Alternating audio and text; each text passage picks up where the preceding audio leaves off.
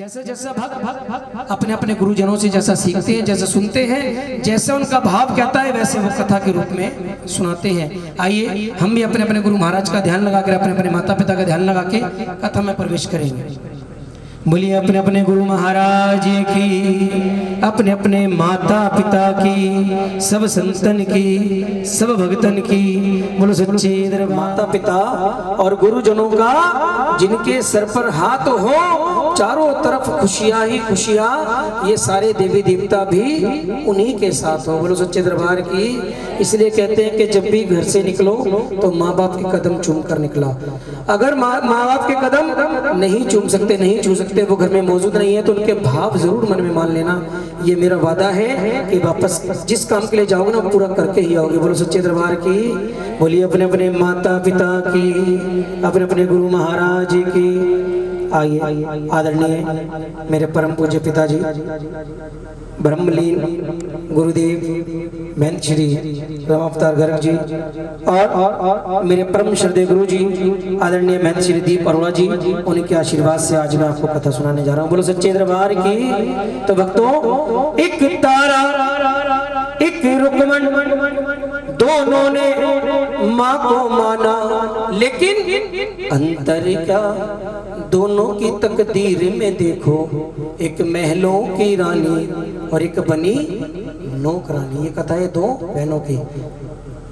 राजा इंद्र के दरबार में दो अप्सराएं थी, एक का नाम था रैन का और एक का नाम था मेनका। भैया खेल लिया अगर कोई ला सकता होता। जयकारा मां शेरा वाली का। दोनों बहनें एक दिन आपस में विचार कर रही है, बातें कर रही है। अरे बहना, ये कैसा करिश्मा है माँ का, जो एक बार उस लोक में पहुंच जाता है वो वापस आने वाला तो चला जाता है वापस, लेकिन जाने वाले नहीं आते। ये तमाशा क्या है? दोनों बहनें विचार कर रही है, बातें कर रही हैं। माँ को याद करती करती उस लोक में पहुंच जाती हैं। उस लोक में तो पहुंच जाती है, लेकिन वो माँ की संतनी थी, माँ की भक्तनी थी। ऐसा करिश्मा होता है माँ का कि उनका जन्म वापस पृथ्वी लोक में होता है, उनको आशीर्वाद मिल जाता है, उनका जन्म वापस पृथ्वी। अब दोनों बहनें माँ के हर व्रत क्या करती थी, हर पल हर क्षण माँ की सेवा क्या करती थी, माँ को बहुत मानती थी। एक दिन बड़ी बहन एकादशी के व्रत भी क्या करती थी। एक दिन बड़ी बहन ने एकादशी के व्रत का उद्यापन किया। आई हुई सारी संगत को बुलाया, सारी संगत को प्रसाद दिया। अब छोटी बहन को भी एक दिन बड़ी बहन ने एकादशी के व्रत का उद्यापन किया, आई हुई सारी संगत को बुलाया, सारी संगत को प्रसाद दिया। अब छोटी बहन को भी प्रसाद दिया। छोटी बहन को प्रसाद देने के बाद कहा, अरे बहना, अब तुमने तो प्रसाद ले लिया, जाओ मेरे लिए भी बाजार से कुछ फलहार ले आओ। आज्ञा मानती छोटी बहन दौड़ी दौड़ी बाजार जाती है, देखती है एक दुकानदार भाई मांस के टुकड़ों को सजाए हुए, चावलों को पकाए हुए, उस पे चांदी का वर्क लगाए हुए बैठा है। बोलो सच्चे दरबार की। छोटी बहन दौड़ी दौड़ी दुकानदार भाई के पास जाती है, कहती है भैया मुझे प्रसाद चाहिए। दुकानदार भाई कहता है ये प्रसाद नहीं, ये महाप्रसाद है। छोटी बहन नादान थी, अनजान थी, वो ये नहीं जानती थी कि प्रसाद में और महाप्रसाद में क्या अंतर होता है। उसने सोचा प्रसाद से बड़ा होता होगा महाप्रसाद। उसने कहा भैया मुझे महाप्रसाद ही दे दो। अब थोड़ा खाया और थोड़ा बड़ी बहन के लिए ले गई। जैसी बड़ी बहन के पास लेकर जाती है, बड़ी बहन डोने पे से ढक्कन हटाती है, देखती है, अरे बहना ये तूने क्या किया? आज एकादशी का दिन और एकादशी के दिन तो चावलों का सेवन कर लिया। अरे एकादशी के दिन चावल खाना कीड़े मकोड़े खाने के समान होता है और तूने आज इसी का सेवन कर लिया। जा तुझे इसका फल भोगना होगा। बोलो सच्चे दरबार की। एकादशी के दिन कभी भी चावल नहीं खाना चाहिए, एकादशी के दिन ना खाने चाहिए। बहना, अब इस श्राप से मुक्त होने का कुछ तो उपाय होगा, इससे इसका कोई तो निवारण होगा। बोलो सच्चे दरबार की।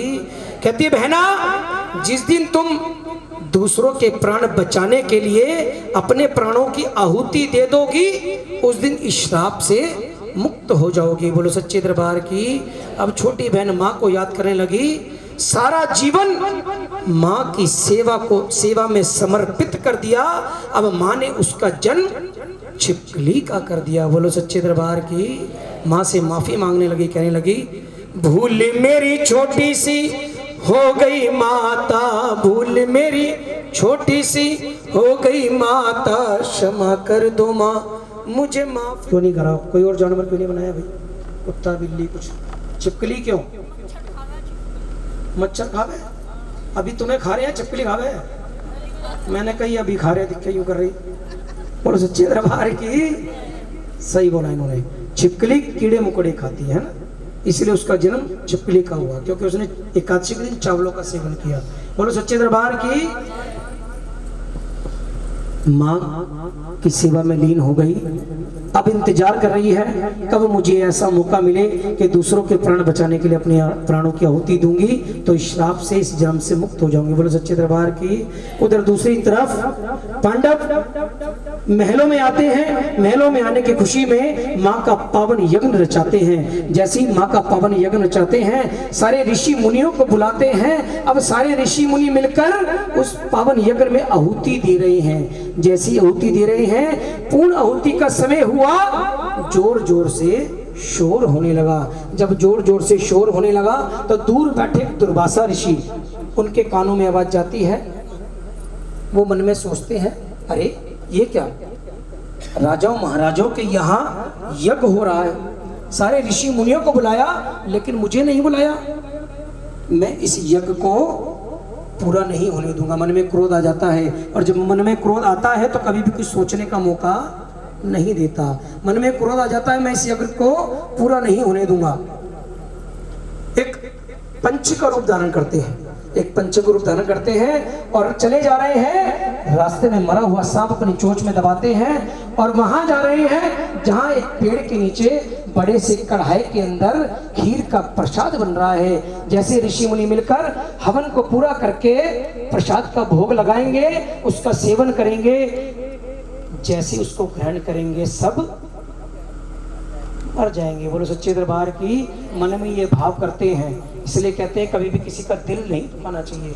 नहीं चाहिए दिल दुखाना किसी का, सदा ना रहा है सदा ना रहेगा जमाना किसी का। नहीं चाहिए दिल दुखाना किसी। ऋषि मुनि को क्रोध आया।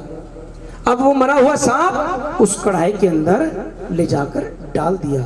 अब मन में ये विचार किया, अब इस प्रसाद को जो खाएगा वो मर जाएगा। बोलो सच्चे दरबार की।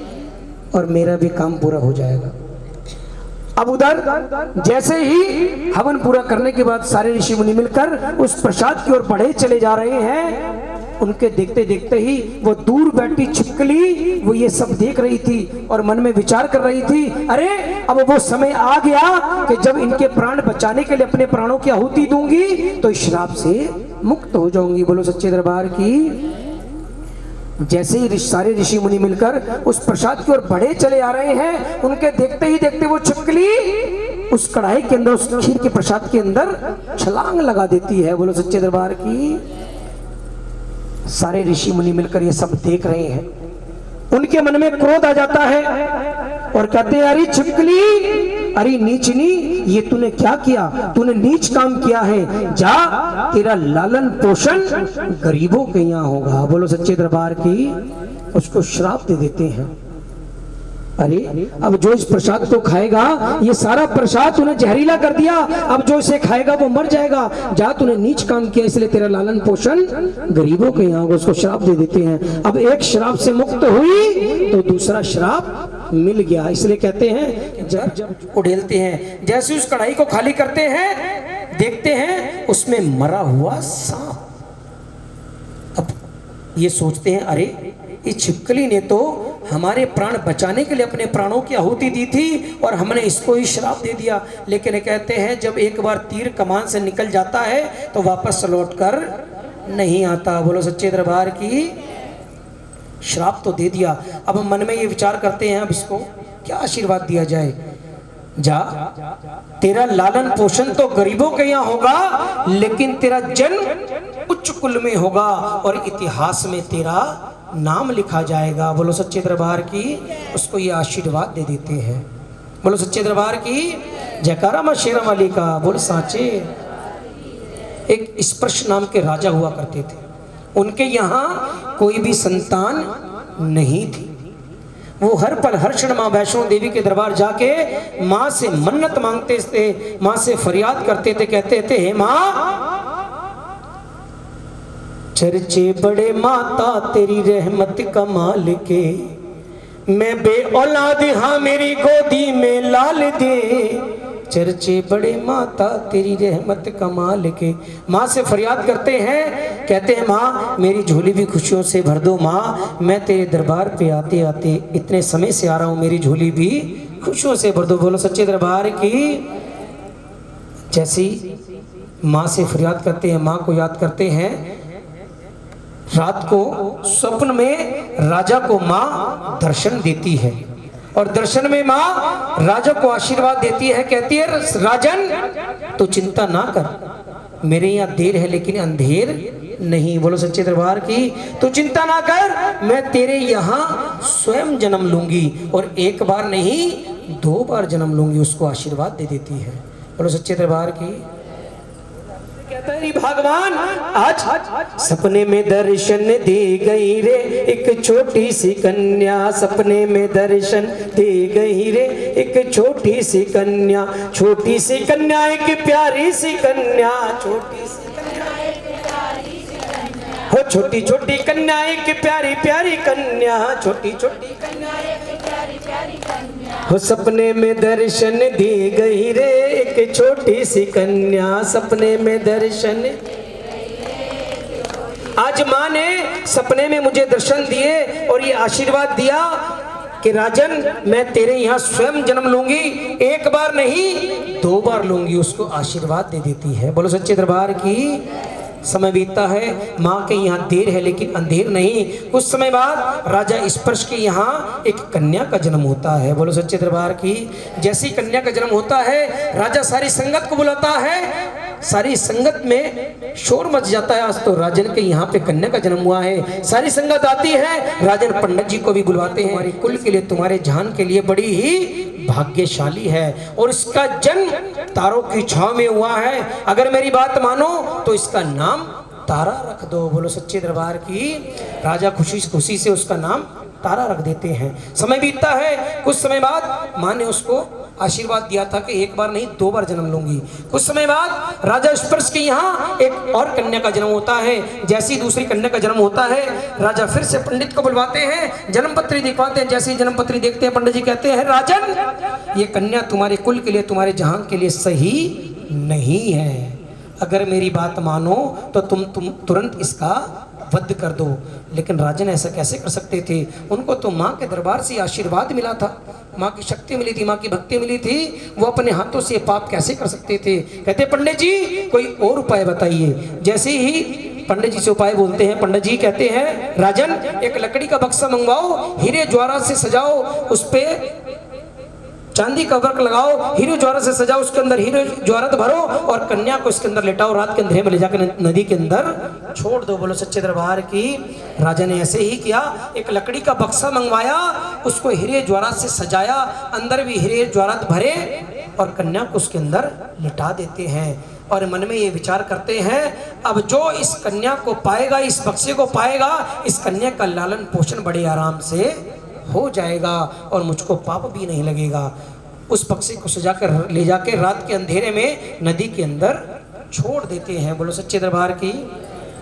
जैसी नदी के अंदर छोड़ते हैं वो बक्सा चला जा रहा है, तैरता हुआ नदी के अंदर तैरता हुआ चला जा रहा है। रोज की तरह नदी के किनारे एक पंडित जी स्नान करने के लिए आते हैं। पहले के जमाने में नदी के अंदर स्नान किया करते थे, नदी के अंदर स्नान करने के लिए आते हैं और रोज की तरह एक मित्र नदी के किनारे झाड़ू लगाने के लिए आता है। बोलो सच्चे दरबार की।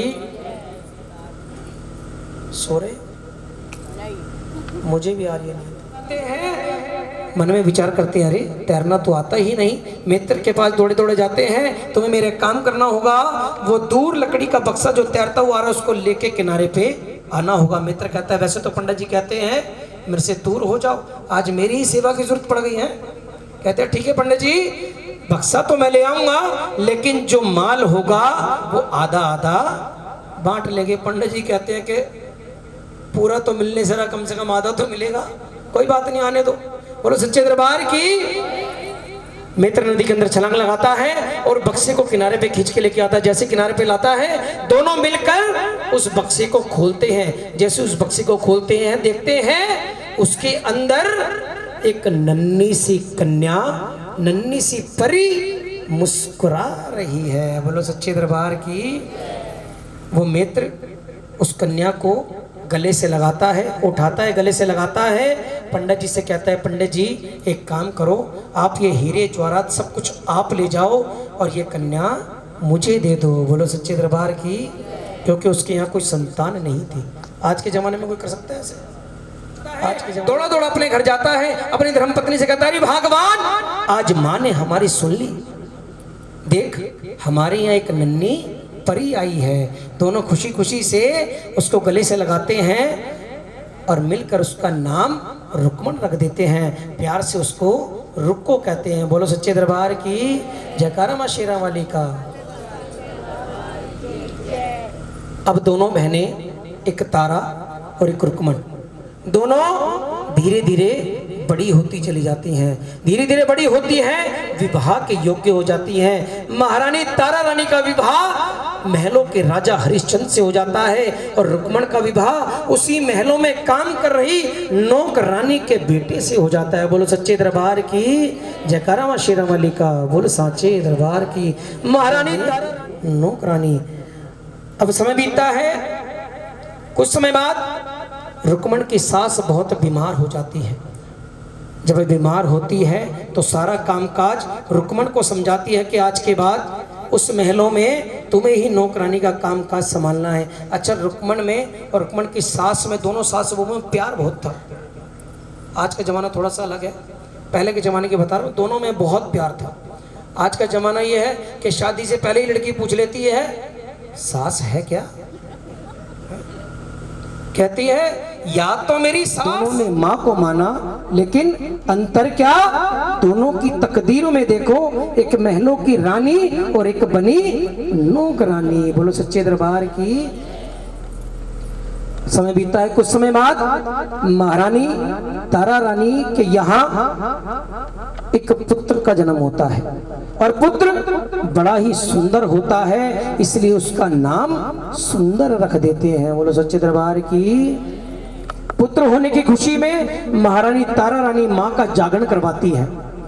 महारानी तारा रानी के यहाँ माँ का जागरण हो रहा है, सारी संगत बैठी हुई है और पीछे बैठी हुई वो रुक्मण भी माँ के जागरण में बैठी हुई माँ से फरियाद कर रही है, माँ से भीख मांग रही है। माँ से कह रही कि माँ, चर्चे बड़े माता तेरी रहमत कमाल के, चर्चे बड़े माता तेरी रहमत कमाल के, मैं बे औलाद हाँ मेरी गोदी में लाल दे, मैं बे औलाद हाँ मेरी गोदी में लाल दे, चर्चे बड़े माता तेरी रहमत कमाल के, चर्चे बड़े माता तेरी रहमत कमाल के।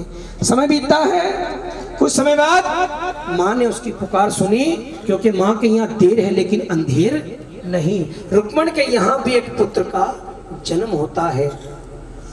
अब पुत्र 1 साल का हो जाता है, 2 साल का हो जाता है, 5 साल का हो जाता है। पुत्र होने की खुशी में रुक्मण इतना लीन हो गई कि माँ का जागरण करवाना ही भूल गई। पुत्र बीमार हो गया, पुत्र इतना बीमार हो गया, डॉक्टर वैद्य हकीमों को दिखाया, जगह जगह जाए, जगह जगह दिखाए, लेकिन ना आराम आना था और ना आराम आए। क्यों? क्योंकि वो तो किया हुआ माँ का करिश्मा था, उसको याद दिलाना था कि तूने मेरे नाम का जागरण बोला हुआ है। बोलो सच्चे दरबार की। पुत्र बहुत बीमार हो गया, डॉक्टर वैद्य हकीमों को दिखाए, लेकिन कोई आराम नहीं आया। एक दिन दौड़ी दौड़ी बाजार जाती है, देखती है सेना भक्त जो राजा हरिश्चंद्र के परम मित्र थे और महारानी तारा रानी के साथ जागरण में जाया करते थे, क्योंकि महारानी तारा रानी माँ के जागरण भी किया करती थी। एक दिन सेना भक्त खड़े हुए हैं, रुक्मण दौड़ी दौड़ी बाजार जाती है, देखती है सेना भक्त खड़े हुए हैं, दौड़ी दौड़ी उनके पास जाती है, कहती है भगत जी आप तो माँ के जागरण में जाते हो, मेरा बेटा बहुत बीमार हो गया है, इसको ठीक करने का कोई उपाय बताइए। सेना भक्त कहते हैं रुक्मण मैं कोई भक्त नहीं हूँ, भक्त नहीं तो महारानी तारा रानी है, जाओ तुम उसके पास जाओ, वही इसका कोई उपाय बताएगी। दौड़ी दौड़ी महारानी तारा रानी के पास जाती है। महारानी तारा से आपने भी डल तैयार किया था ना, एक डल तैयार कर और जाके मंदिर में जाके पंडित जी को दे दे, वो तेरा डल ले लेंगे, तेरे यहाँ पे जागरण करने के लिए आ जाएंगे। रुक्मण डल तैयार करती है, मंदिर में जाती है, पंडित जी को डल देती है, पंडित जी डल लेने से मना कर देते हैं। क्यों? क्योंकि राजा ने ऐलान किया हुआ था कि जो भी गरीबों के यहाँ, रुक्मण के यहाँ, गरीबों के यहाँ जो भी जाएगा, उनके यहाँ का पानी भी पिएगा, उनके यहाँ कदम भी रखेगा, उसका सर कलम कर दिया जाएगा, उसको सजाए मौत दी जाएगी। बोलो सच्चे दरबार की। राजा ने ऐलान किया हुआ था। पंडित जी वो डल लेने से मना कर देते हैं, कहते जाओ तुम महारानी तारानी के पास जाओ, वही डल लेंगे, तुम्हारे यहाँ पे जागरण करने के लिए आएंगे। रुक्मण दौड़ी दौड़ी वापस महारानी तारानी के पास जाती है और महारानी तारानी को डल देती है, कहती है महारानी मेरा डल स्वीकार को। महारानी तारा रानी उस डल को लेती है, कहती है रुक्मण जा लिया डल, तेरा जागरण अटल, जाओ तुम जागरण की तैयारी करो। रुक्मण दौड़ी दौड़ी अपने घर जाती है, माँ के जागरण की तैयारी करती है। सारी संगत में, सारे नगरवासियों में शोर मच जाता है, आज तो रुक्मण के यहाँ पे जागरण है। बोलो सच्चे दरबार की। अब जैसी सारे नगरवासियों में शोर मच जाता है, सेना भक्त ये सोच रहे हैं, विचार कर रहे हैं, अरे महारानी तारा रानी स्वयं रुक्मण के यहाँ पे जागरण करने के लिए जा रही है, महाराज को ये बात कैसे बताई जाए। सेना भक्त राजा की हजामत बनाया करते थे, गंदा पानी मेरे होठों पे लगा दिया, मेरा धर्म भ्रष्ट कर दिया। सेना भक्त कहते हैं महाराज 2 बूंद गंदे पानी की आपके होठों पे क्या लग गई कि आपका धर्म भ्रष्ट हो गया। जब महारानी तारा रानी रुक्मण के यहाँ पे जागरण करने के लिए जाएगी तब आपका धर्म भ्रष्ट नहीं होगा। कहते नहीं, तुम झूठ बोल रहे हो, ऐसा नहीं हो सकता। महाराज अगर मैं, आप एक काम करें, मुझे जेल में डाल दें, अगर मैं झूठ बोल रहा हूं तो मुझे सजाए मौत दे देना, अगर मैं सच बोल रहा हूं तो मुझे छोड़ देना। बोलो सच्चे दरबार की। सेना भक्त को जेल में डाल देते हैं महाराज। अब मन में ये विचार करते हैं महारानी तारा रानी को जागरण में जाने से कैसे रोका जाए। वो अपनी उंगली में चीरा लगा लेते हैं और उसमें नमक भर लेते हैं। दौड़े दौड़े महारानी तारा रानी के पास जाते हैं, कहते हैं महारानी म्यान में तलवार डालते वक्त मेरी उंगली में चीरा लग गया है और इसमें बहुत दर्द हो रहा है, तुम एक काम करो, अपनी गोदी में मेरा सर रख लो ताकि मुझे नींद आ जाए। बोलो सच्चे दरबार की। थोड़ा सा इधर हो जाओ, नीले सूट वाली से, हाँ आपसे कह रहा हूँ, थोड़ा सा इधर हो जाओ, आपके पीछे वाली सो रही हो जाए। जब भी तो कहते हैं जो सोवत है वो खोवत है ना। तो ना जाने कौन सा ऐसा पल वो आ जाए।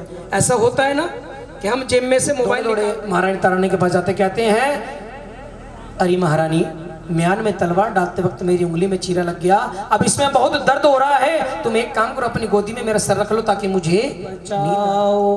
राजा हरिश्चंद्र सो न रहा है, दर्द के मारे तड़प रहा है, उसको सुलाऊं कैसे मेरी मैया, जागे में आऊं कैसे।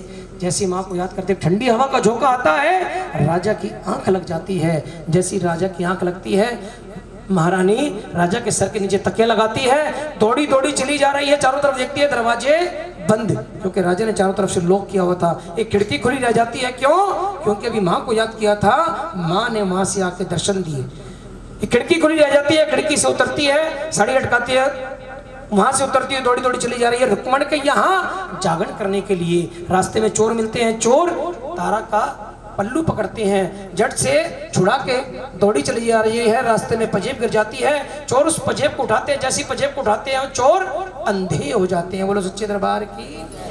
महारानी तारा रानी तो पहुंच गई रुक्मण के यहाँ पे माँ का जागरण करने के लिए, वहां पे माँ का जागरण कर रही है, रुक्मण भी माँ से फरियाद कर रही है, कभी फुर्सत हो तो जगदम्बे निर्धन के। जागरण हो रहा है, उधर राजा की आंख नींद खुल जाती है। जैसी राजा की नींद खुलती है, देखते हैं सर के नीचे तकिया, अरे मैंने तो चारों तरफ से दरवाजे बंद किए थे, देखते हैं खिड़की खुली रह जाती है। राजा भी वहीं खिड़की के रास्ते से उतरते हैं, दौड़े चले जाते हैं, रास्ते में वही चोर मिलते हैं, चोरों से कहते हैं बताओ तुम कौन हो? चोर कहते हैं महाराज आप बताओ आप कौन हो? कहते मैं इस नगर का राजा हूँ, तो मुझे बताओ महारानी कहाँ गई है?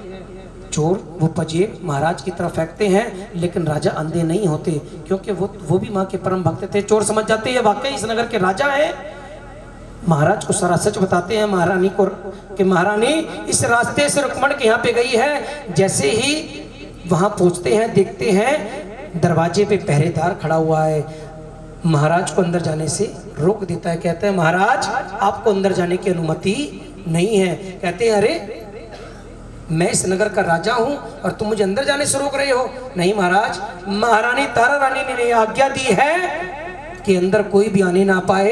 अंदर वही आ सकता है जिसको इस जागरण का, इस पंथ का ज्ञान होगा। क्योंकि पहले के जागरण एक बंद कमरे के अंदर माँ कालका के जागरण हुआ करते थे। बोलो सच्चे दरबार की। महाराज आपको अंदर जाने की अनुमति नहीं है। लेकिन महाराज को ये बात बर्दाश्त नहीं होती। खिड़की से झांक कर देखते हैं, देखते हैं जैसे ही देखते हैं, अरे ये क्या, आज माँ का जागरण हो रहा है और महारानी तारा रानी अपनी झोली में प्रसाद ले रही है, और वो भी प्रसाद किसका? मांस के टुकड़ों का प्रसाद। अरे ये कैसा जागरण है माँ का? में क्या है महाराज, मेरी झोली देखकर आप क्या करोगे? मेरी झोली में तो माँ का प्रसाद, मैं तो जागरण करके माँ का जागरण करके आ रही हूँ। मेरी झोली में तो माँ का प्रसाद है। नहीं, तेरी झोली में माँ का प्रसाद नहीं, मैंने अपनी आंखों से देखा था, तेरी झोली में मांस के टुकड़े हैं। नहीं राजा, ये कैसी बात कर रहे हो? मेरी झोली में तो माँ का प्रसाद है। ठीक है, दिखाओ, मैं इसको देखना चाहता हूँ। जैसी महारानी से बात कहते हैं, महारानी तारा रानी माँ को याद करती है, मेरी मैया आकर लाजी प्रसाद बन जाता है, पंचमेवे का प्रसाद बन जाता है। बोलो सच्चे दरबार की। पंचमेवे के प्रसाद का भोग लगाओ। बताना तुम्हें वैसा ही करना होगा। ठीक है महारानी, जैसा तुम कहोगी मैं वैसा ही करूंगा। महाराज जाओ, महलों में जाओ, माँ के जागरण की तैयारी करो, माँ को निमंत्रण दो, माँ को बुलाओ। महाराज अपने महलों में जाते हैं, माँ का जागरण करवाते हैं, माँ के जागरण की तैयारी करते हैं। महाराज के यहाँ पे माँ का जागरण हो रहा है। दुर्गा है मेरी माँ, अम्बे है मेरी माँ, दुर्गा है हो, बोलो जय माता दी जय हो। जो भी दर पे आए वो खाली ना जाए, सबके काम ये करती है, सबके टुकड़े हरती है, मैया शेरा वाली भर दे झोली खाली। दुर्गा है मेरी माँ, अम्बे है मेरी माँ, दुर्गा है मेरी माँ, हो दुर्गा है मेरी माँ, अम्बे है मेरी माँ, दुर्गा है मेरी माँ।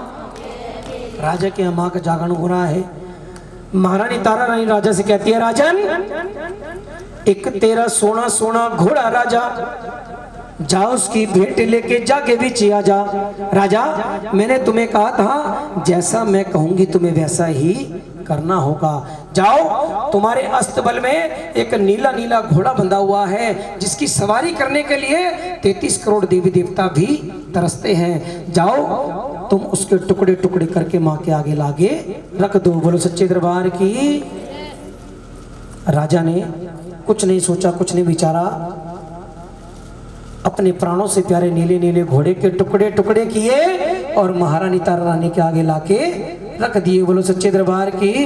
राजन तेरा नीला नीला घोड़ा ही नहीं, एक तेरा सोना सोना बेटा राजा, जाओ उसकी भेंट लेके जाके बीच आ जा। राजन मैंने तुमसे कहा था जैसा मैं कहूंगी तुम्हें वैसा ही करना होगा। सिर्फ नीला नीला घोड़ा ही नहीं, तुम्हें प्राणों से प्यारा तुम्हारा बेटा भी मैंने मांगा था। बोलो सच्चे दरबार की। एक तेरा सोना सोना बेटा राजा, जाओ उसकी भेंट लेके जाके बीच आ जा। जैसे ही महारानी तारा रानी राजा से कहा, राजा ने आवाज लगाई अपने बेटे को, बेटा सुंदर। बेटा दौड़ा दौड़ा आता है। राजा ने आव देखा ना ताव, अपने प्राणों से प्यारे अपने बेटे के टुकड़े टुकड़े करके महारानी तारा रानी के आगे लाके रख दिए। जैसे टुकड़े टुकड़े किए, उनको होश आता है। कहते हैं, अरे ये मेरी बुद्धि को क्या हो गया? एक औरत के कहने पे मैंने अपने ही प्राणों से प्यारे बेटे के टुकड़े टुकड़े कर दिए। बोलो सच्चे दरबार की। जयकारा मां शेरा वाली का। बोल सांचे ज्वाला माई, जय हो तेरी ज्वाला माई, परिवती ज्योति लहराई, जय हो तेरी ज्वाला। तुझे अकबर ने अजमाया था, वो तो नहर खोद कर लाया था, लोहे का तवा भी चढ़ाया था, पर फिर भी न जोत तेरी बुझ पाई, जय हो तेरी ज्वाला माई, पर्वत ज्योति लहराई, जय हो तेरी। अरे घमंड तो राजा अकबर कार की राजन माँ को याद कर, माँ से फरियाद कर। राजा जोर जोर से रोने लगा, गिड़गिड़ाने लगा, तारा से कहने लगा, अरे तारा, नी तारा मेरा उठा दे। राजन उठाओ ये पहला डोना। 5 डोने हलवे चने के लिए है प्रसाद, हलवे चने का 5 डोने लेके आ। राजन उठाओ ये दूसरा डोना, ये मुझे दो। क्यों? क्योंकि मैं तुम्हें ये वैष्णो पंथ दिखा रही हूँ। राजा ने दूसरा डोना उठाया, महारानी तारा रानी के आगे रख दिया। राजन उठाओ ये तीसरा डोना, ये इसका स्वयं भोग लगाओ। बोलो सच्चे दरबार की। राजा ने तीसरा डोना उठाया, जैसे ही अपने हाथ में लिया, डोने पे से ढक्कन उठाया, उसकी नजर पड़ती है अपने बेटे की कटी हुई उंगली पर। जोर जोर से रोने लगा। अरे वो तो सतयुग था, आज के कलयुग में भी ऐसा नहीं हो सकता कि अपने ही बच्चे के टुकड़े करे और उसका सेवन करे। बोलो सच्चे दरबार की। राजा जोर जोर से रोने लगा, गिड़गिड़ाने लगा, कहने लगा, नी तारा मेरा मन वारा रो। अगर आज कोई और माँ होती तो वो जोर जोर से रो रही होती। तू कैसी माँ है तारा? नीला नीला घोड़ा मेरा वापस ला दो, प्राणों से प्यारा बेटा मुझको लौटा दो। नी तारा मेरा मन भरा है रोए, नी तारा मेरा मन भरा है। जोर जोर से रोने लगा, गिड़गिड़ाने लगा, तारा से माफी मांगने लगा, कहने लगा, तारा ये सारा राजपाट सब कुछ तुम ले लो, मैंने सबका क्या करूंगा जब मेरे पास मेरा बेटा ही नहीं होगा, लेकिन मेरा बेटा मुझे लौटा दो।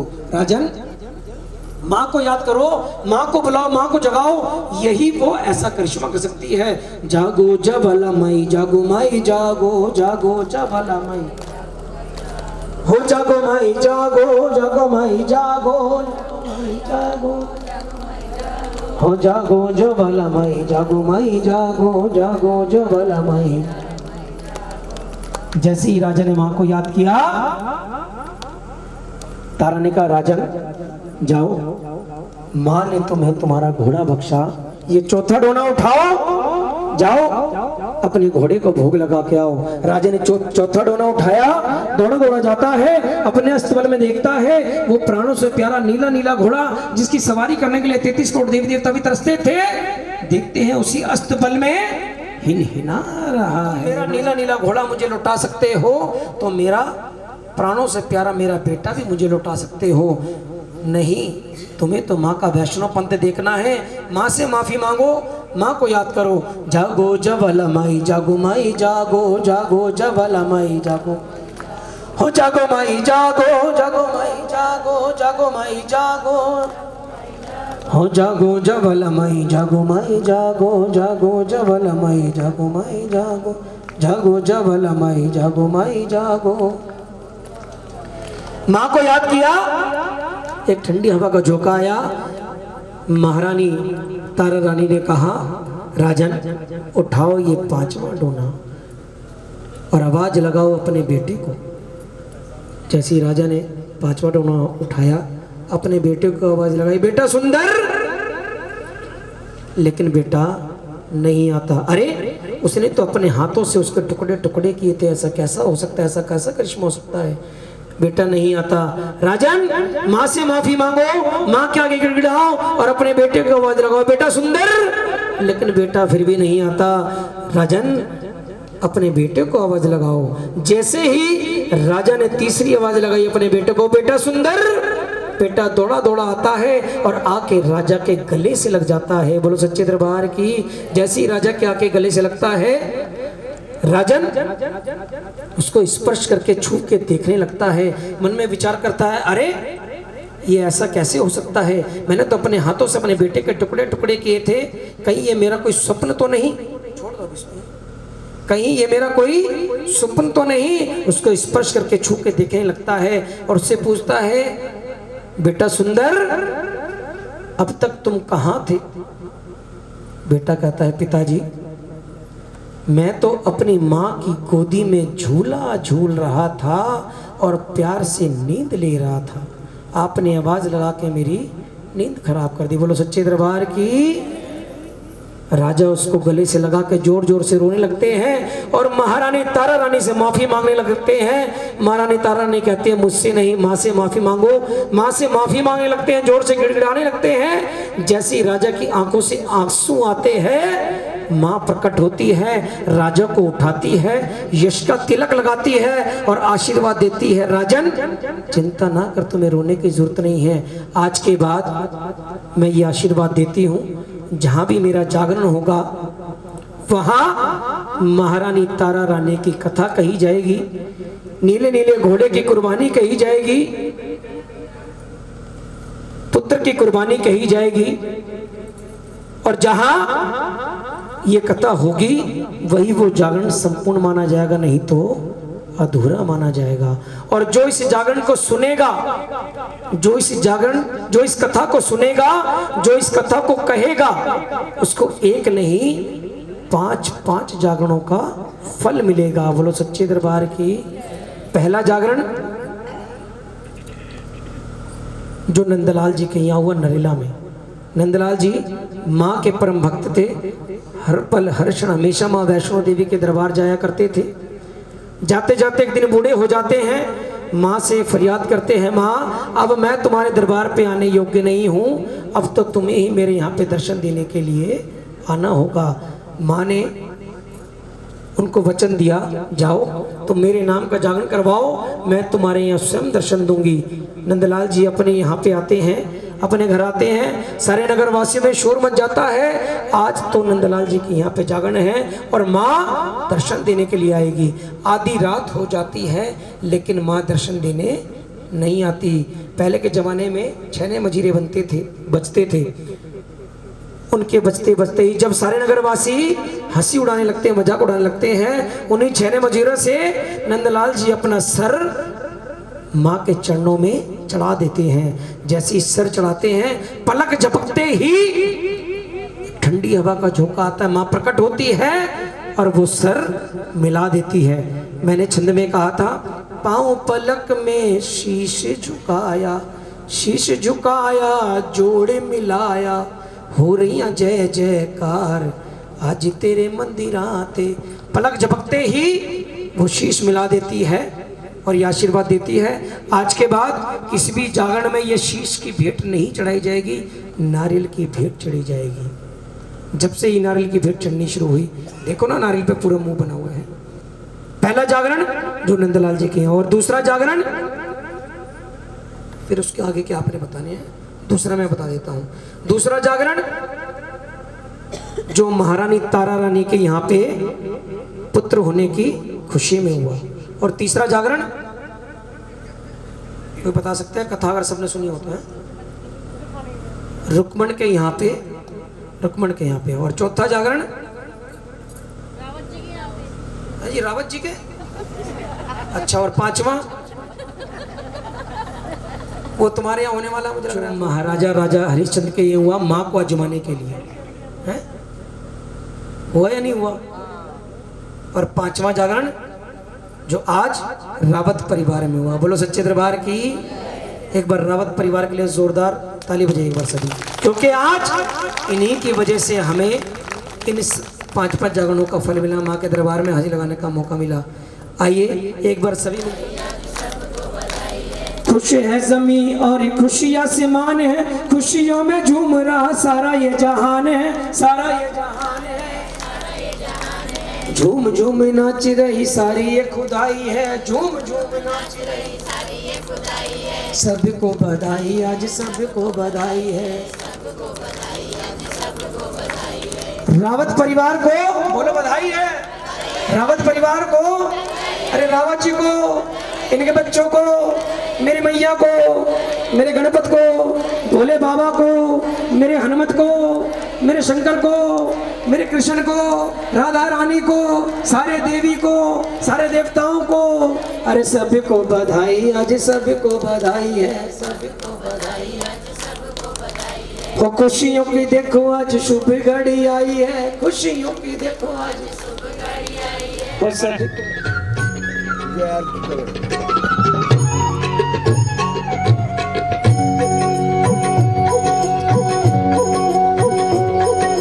जय अम्बे गौहरी मैया जय श्यामा गौहरी तुम्हें को निश दिन ध्यावत मैया जी को सदा मनावत हरि ब्रह्मा शिवेरी ओम जय अम्बे गौरी जय अम्बे गौरी मैया जय श्यामा गौरी तुम्हें तो निश दिन ध्यावत मैया जी को सदा ही मनावत हरि ब्रह्मा शिवेरी ओम जय अम्बे गौरी मांगी सिंदूरी विराजत दीपो मृगमती को मैया दीपो मृगमती को ऊंची गली से दो नैना निर्मल से दो नैना चंद्र बदननी को ओम जय अम्बे गौरी कनक समान कलीवर रक्तांबरी राजे मैया रक्तांबरी राजे रक्ति पुष्पी गले माला राग पुष्प गले माला कंठन परि साजे ओम जय अम्बे गौरी हरि वाहनि राज खड़गी कपर धारी मैया राज कपर धारी सूर्य नर मुनि जन सेवक सूर्य नर मुनि जन सेवक जिनके दुखिहारी ओम जय अम्बे गौरी कानन कुंडल शोभित नौ साते मोती मैया नौ साते मोती कोटिक चंद्र दिवात कोटिक चंद्र दिवात हो समीरा जगी ज्योति ओम जय अम्बे गौरी शुंभ निशुंभ विधारी महिषासुर घाती मैया महिषासुर घाती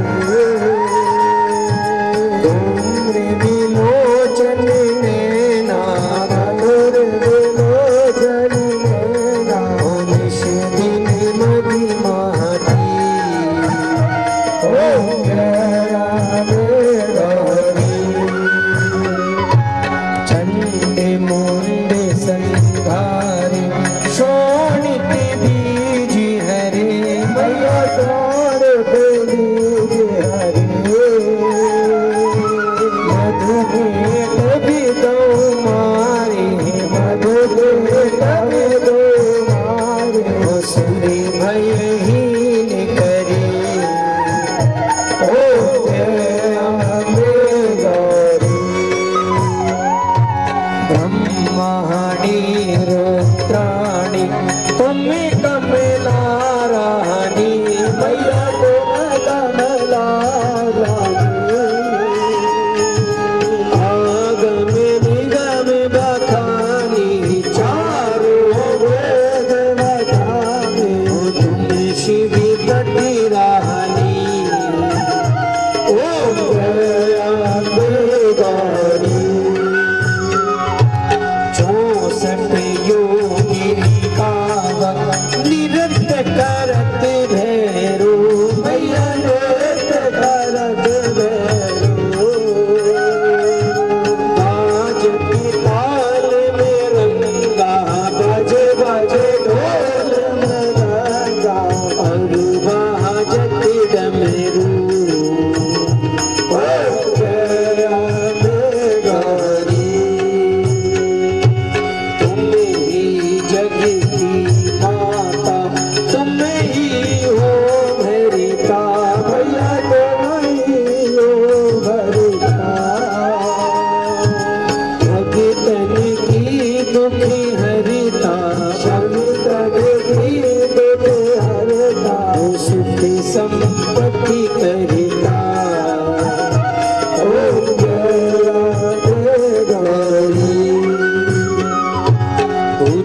ब्रह्मचारी अति शोभित वरपुत्राधारी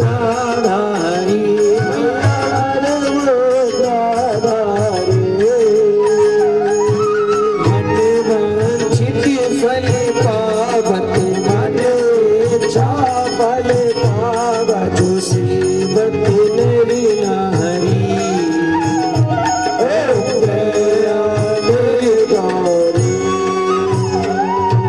कंचन थाल विराजत अगर कपूरी बाती भैया अगर कपूर बाती श्रीमल के तुम राजत भोला गढ़ राजत कोटि रतन ज्योति ओ गया गौरी